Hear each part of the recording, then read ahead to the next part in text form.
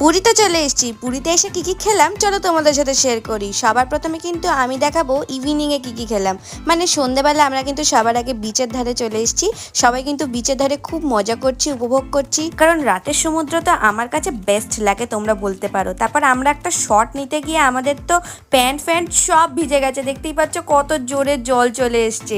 যাই হোক, এরপরে কিন্তু আমাদের একটা প্রপার শট নিতে অনেকক্ষণ সময় লেগে গেছিলো। আর আমরা কি খেলাম চলো তোমাদেরকে বলি। প্রথমেই কিন্তু এখানে আমরা পাপড়ি চাট খেয়ে নিয়েছিলাম, আর ওরা কিন্তু মিষ্টি খেয়েছিল যেগুলো আমি খাইনি, সেই জন্য কিন্তু তোমাদের সাথে শেয়ারও করলাম না।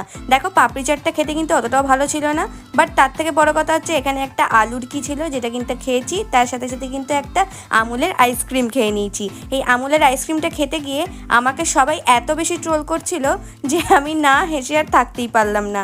যাই হোক, বিকেলবেলাতে আমরা এইটুকুই খেয়েছি। পরের মিনি ব্লগে দেখাবো রাতে ডিনারে কি খেলাম। ততক্ষণের জন্য টাটা, সবাই সাবস্ক্রাইব করে দিও, বাই বাই।